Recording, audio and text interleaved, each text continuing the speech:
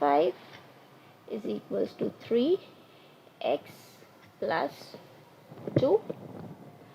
Then y minus 5 is equals to 3x. 3 will multiply with x and 3 will also be multiplied with 2.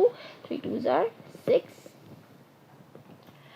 So x minus 5 is equals to 3x plus 6.